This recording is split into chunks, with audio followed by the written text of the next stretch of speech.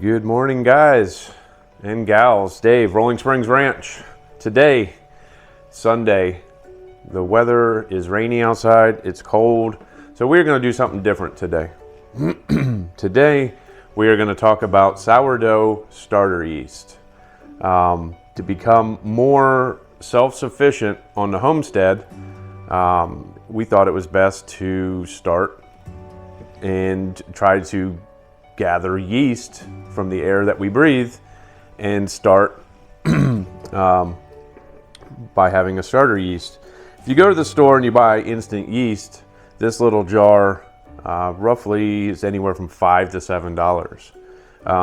We make a lot of breads, pretzels, bagels, a ton of pizza dough. This little jar does not last very long. So we came up with the idea, well, why don't we just start making our own yeast? And that's what we've been doing. So this one we call Mason, he's like a little mason jar, is just what we gathered here on the homestead.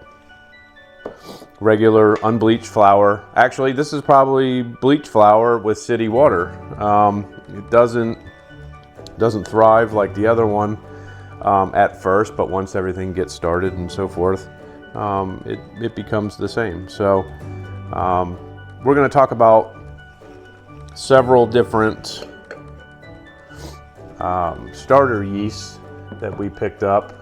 You can find multiple varieties throughout the US, the entire world basically, on Amazon, eBay, etc. So we picked up a couple different starters, one from Alaska, one from Europe, one from California. And the one that we're going to make today, and I'll show you the others, we have them already started, but when you order the starter yeast, it's going to come in the dry form. And this is the San Francisco one that we're making. Now, the different regions, the Alaskan, the San Francisco, the Europe one, they all have stories behind them, when you get them, and the families after generations. But they come in different flavors and so forth. Different sour forms. Some might be more, bitter. Some might be mild. So in our case, the one that Mr. Mason, we call him Mr. Mason, he's just a mild. He's just a mild yeast. We've tried him out, made some pizza dough last week. Fantastic. So looking forward to doing some more baking, with the sourdough and stuff like that. So let's get into it. This is how it comes from eBay, and this is the San Francisco type. The instructions are pretty simple. It's calling for a half cup of unbleached all-purpose flour, which different, the different ones, the Alaskan, well, this is the San Francisco, the Europe one. Some call for whole wheat flour, some call for sugar, and so forth. But pretty consistent around the same stuff. So I happen to have both flours here, and what we're going to do is we're going to put a half cup. I got to get a funnel.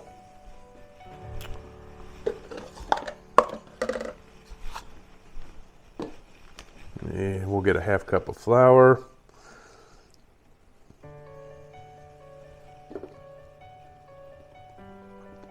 And this is actually very simple. If you don't want to spend the money on other starter kits around the US and so forth, like I said, you can just make it from here. Catch what's in the air. Yeast is in the air, it's in your skin, it's everywhere. And it's just a matter of capturing it, and it's pretty simple. And again, you don't realize how much you really need it, especially if you're on a homestead and you're trying to be more self-sufficient. It's awesome. So once it's up and going, and after a week or two of feeding it and so forth, you know, it's pretty basic after that. It's just minor maintenance, and then you're on your way. So we're gonna mix up. It calls for a half cup plus 2 tablespoons of lukewarm filtered water. We're just using drinking water, purified drinking water. Our city water has a lot of chlorine in there, so. All right, so this recipe, it's pretty much equal. It's 50-50. So half cup of flour, half cup of water, plus 2 tablespoons. 1, 2.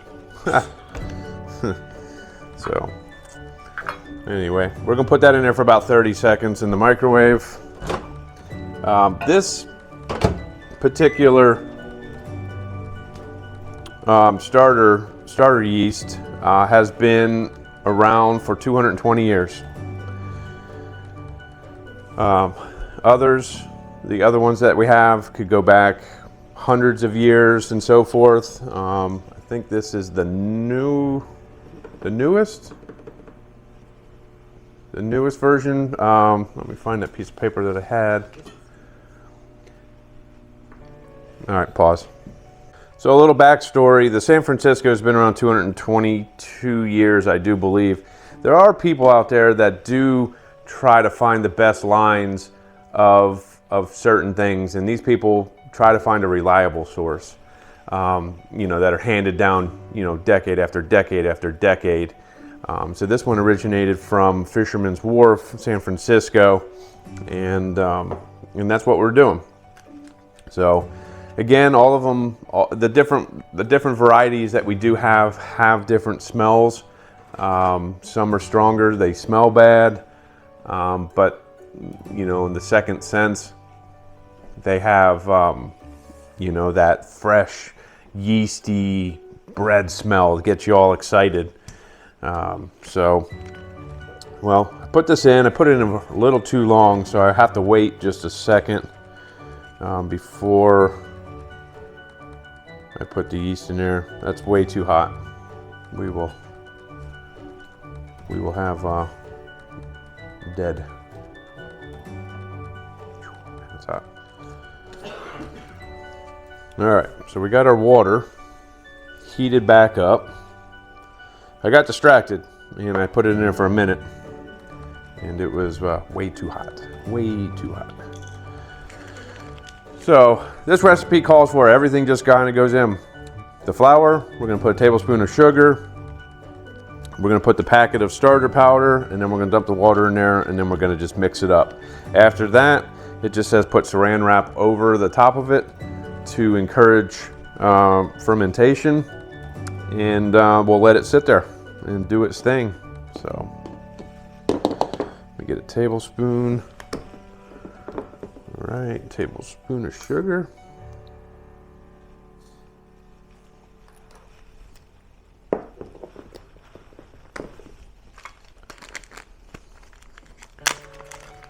Got our starter packet.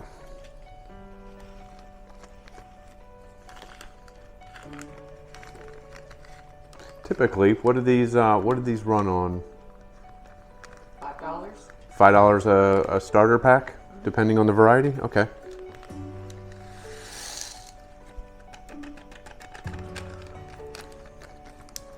All right. We'll dump our water in there. And it's probably about 85, 90 degree waters. Anything higher than that will, you know, you can kill things off, and we don't want to do that. So we're going to take our spatula, kind of just mix it in there, get it all nice and gooey, kind of like a pancake mixture.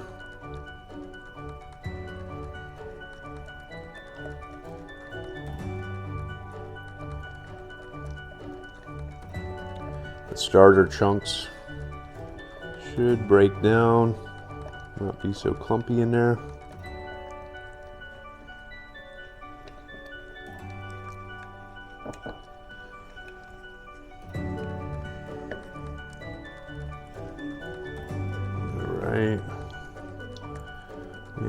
right back. All right, so we got the flour in there, we got the starter packet, we got our lukewarm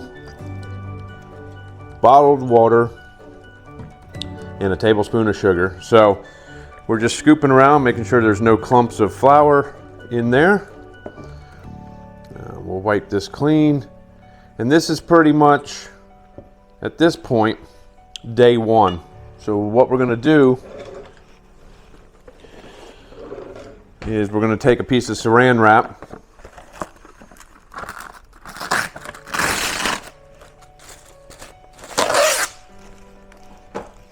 and all we're gonna do is just cover the top. That's day one. Come day two, we'll go back in there, we'll give it a little stir. That's all you do. Just give it a little stir, wake it back up, make sure everything is good to go. At that time, day three, we're gonna feed it. And what we're gonna do with that, again, when we started it, we used ½ cup of unbleached flour and a ½ cup of water. We're gonna do the same thing. We're gonna feed it. Go ahead and stop it. Okay. So this is what it's gonna look like, day one. Day two, we're gonna stir it. Day three, we're gonna add ½ cup of water, ½ cup of flour. And we're gonna do that up until about day 6. Obviously, you're not gonna have enough room in here, so you'll have to take some out. What we're looking for are bubbles. You know, things coming alive, you know, the yeast, you know, living. So bubbles are good. So by day 7, this thing should be pretty much ready to go at that point. Now, if you were gonna bake with this, you're gonna wanna feed it first for a couple hours and activate it. And so, you know, they recommend 2 to 4 hours prior to baking. That's day 7. Now, if you don't plan on doing any baking, you can put this container into the refrigerator and then feed it once or twice a week, you know, when needed. So if you left it out on the counter, then it's going to be more a regular basis, but it kind of puts things dormant when it's in the refrigerator. So that is the San Francisco sourdough starter, 220. All right, so here we have the three starter yeasts that we had set up the other day. This one being the Black Death, this one being the Frontier, and this one being the Alaskan. This one super sour, and it kind of gets milder. So this is one super sour. This one is a very strong, and this one super strong, extra sour, and then this one is sour, and then obviously our Mr. Mason is less, not as sour. So what we're going to do today, we're going to feed these. You know, they are ready. They are hungry. When you have the phase separation, the water sitting on top, which is the hooch, is what they say. You know, that means that they are hungry and ready to be fed. Now, keep in mind, the recipes, the feeding patterns are different from what we did here with Mr. Mason, and then the one that we just did, the San Francisco, that was half and half water, half flour. These might be a little bit different. So keep in mind, this is not my thing. This is the first time that I've done the starter yeast. So I'm learning as well as you're learning. So if I say something incorrect on this video, let me know. Leave a comment. You know, I'm certainly, we're here to learn from one another and try to become more self-sufficient in this world, and that's what we're doing. So, all right, well, let's get to it. We got 3 forks to give it a little stir. We do not want to contaminate and use the same fork that we used on the San Francisco, because then you're just introducing, you know, different lines into, you know, the Alaskan, the Frontier, the Black Death. Black Death has been around since 1600s. You know, that's 400 plus years old, that strand of sourdough starter. So I think that was pretty cool. The Frontier, I think is right around 100 years. I mean, still, that's pretty remarkable, 100 years. And then I think we have the Alaskan here. That's another 100 year.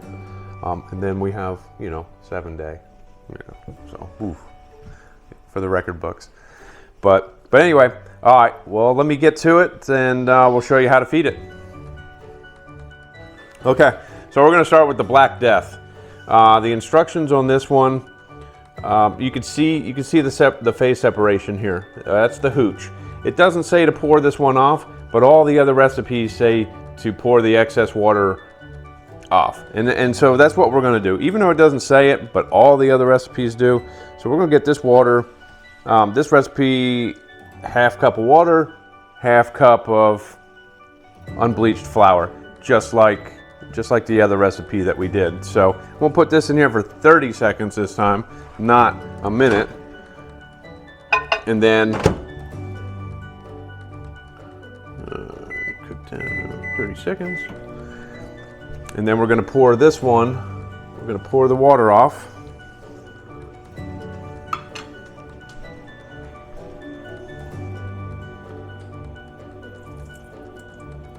You know, and it's not, you don't have to be precise, but it looks good, you know. Poured the water off. And all we're doing, this is feeding this. That's all we're doing, is just feeding. So we're going to take half cup of flour.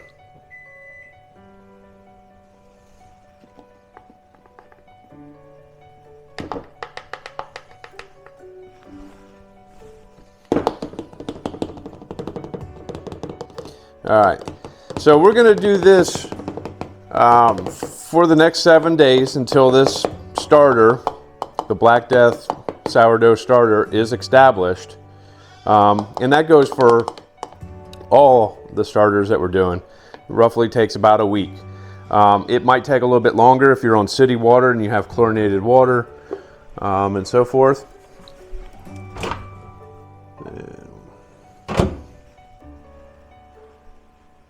Okay. And we're going to put this in here.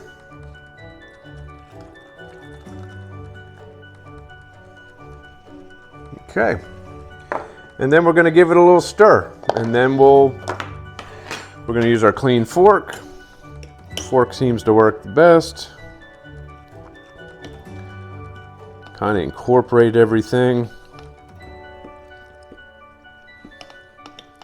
Kind of like a pancake.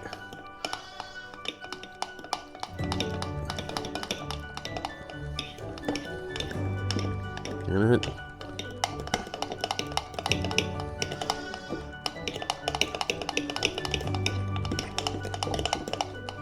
Okay.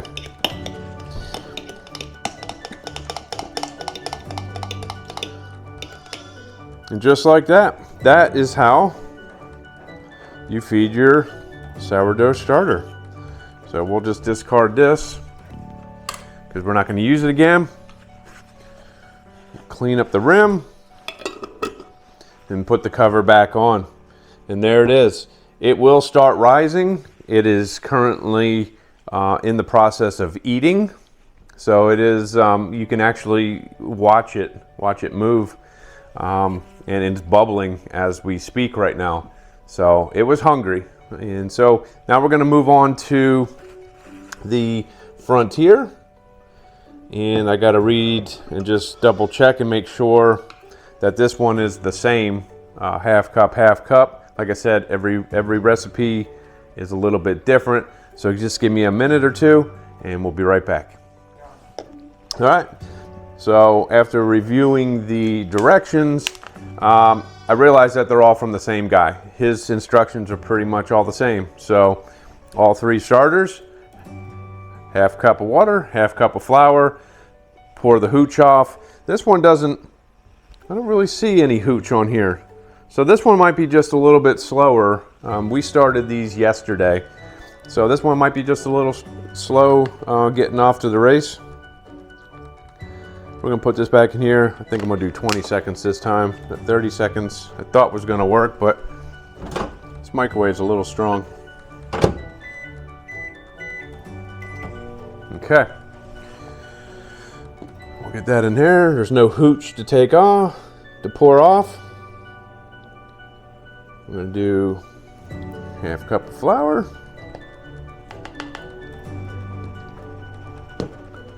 So just think of the end results when you can go into your fridge and make fresh pizza dough and bagels and sourdough bread.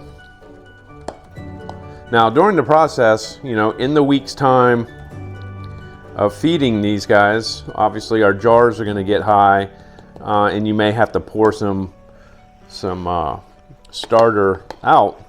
I don't recommend throwing it out. I would use it. I would use the leftover or the extra in a recipe. What do you got to lose? We made some pizza dough the other day with Mr. Mason, and it came out fantastic. And I say fantastic is because my wife won't let me use the word phenomenal anymore. So anyway, we got our clean fork, and we're going to give this a little twirl. And I'm going to show you that first one that we just did, the Black Death. I'll show you how it's bubbling up in there, and it's actually rising. So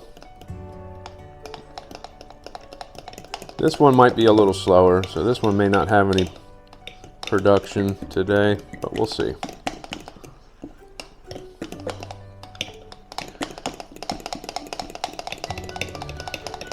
And you're looking for like it pretty much comes out to almost a pancake consistency. Now you could use this in pancakes as well. You know, your leftover stuff that you're going to discard. There's no reason you can't use it in pancakes. Oh. All right. So that is that one.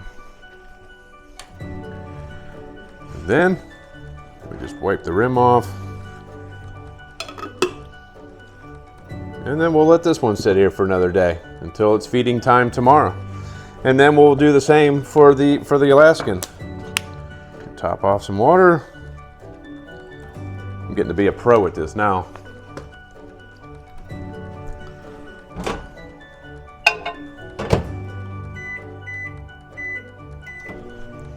Now this one's got a little bit of hooch, as you can see. That phase separation that we were talking about, that's lets you know that they're hungry, and so we're going to pour that off. Now, do your best. It's not pass or fail. There we go. Got that off. Get our half cup of unbleached. Again, you know, our first one, Mr. Mason, was used with bleached flour, and he started off a little bit slower. You know, bleached flour and then city water. Those two got him off to a very slow start. And it made him very mild. So he's not super sour. Which is good because, I mean, different recipes call for different things. We used Mr. Mason, you know, for pizza dough. And again, it was fantastic. So let's get this in there. Come on now. Okay.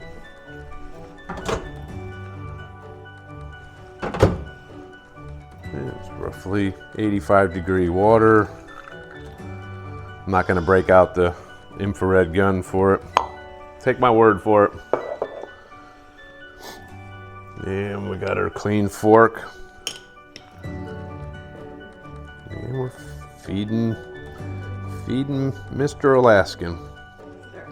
All right, so this is the Alaskan, and let me tell you, this one, you know, I said was the mildest out of the three that we just made.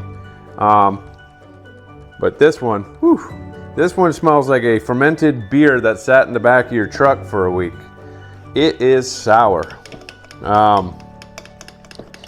So anyway, so it's kind of tradition to kind of pass on, you know, the different starters. And so what we did was we made a starter for one of our neighbors who likes to bake. So we're kind of keeping things rolling, you know, and we'll give a little history of where it came from and stuff like that. So that way it never dies, you know. Hopefully the legacy of the Alaskan or the Frontier or the Black Death continues. So this one, again, whoo, man. I think the guy's got his smells and flavors backwards, because that one has a strong smell. So that right there is pretty much how you feed sourdough starter. Again, we're on day 2. Roughly takes about 7 days. So, you know, feeding, and then once after 7 days, it should be foamy, and then you can put it in your fridge and then use it for baking, cooking, and whatever. So, we have Mr. Mason, and we're going to feed him as well. Obviously, we're not going to do a half cup. He's a little guy. So we're going to pour his hooch off real quick, and we'll be right back. All right, so we're going to feed Mason. Some of you are asking what the rubber band is for. The rubber band is, instead of taking a magic marker and putting a line on there and having to erase it and so forth, we put the rubber band after we feed it. We put it there so we can kind of see and measure if he's eating or not. So it's kind of just a reference point. You know, in most cases, you can kind of see when they eat during the night or during the day. The walls of the jar will be caked with yeast, and then it comes back down. So they'll eat, it will rise, and then when they're done, it will come back down, and then the hooch, you know, when he's hungry again, you'll see that phase separation. So this one, we're going to do a 1/4 inch water, 1/4 inch flour. Obviously, he's in a little jar, so.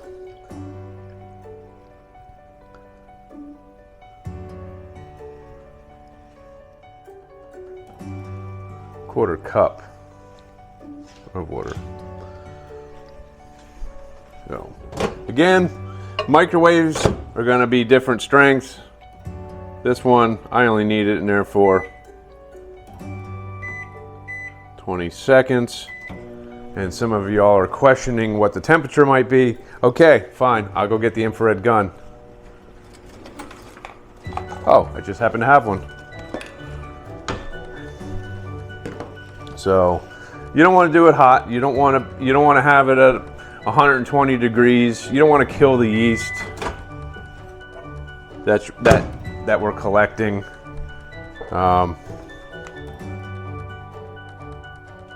Whoa, okay, well, that's pretty hot.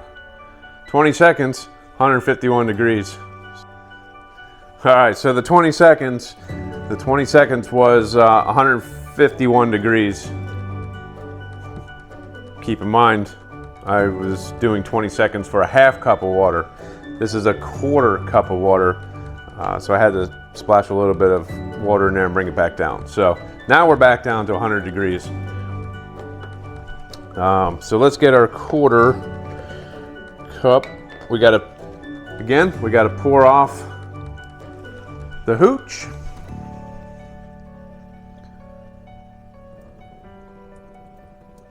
And you don't have to be perfect. I mean, yeah, you spilled some into the sink and so forth.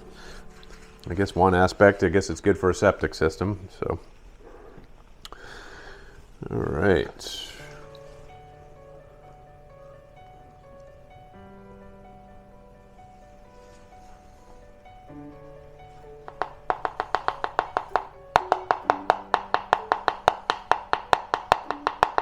Okay, so we got that. We got our warm water. Oh yeah.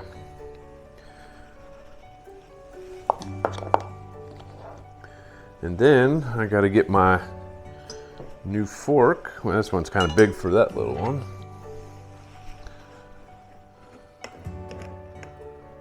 And this one just smells like a fresh loaf of bread. Nothing crazy. This is our mild yeast that we caught here on the Homestead. So I would say this is your general all-purpose.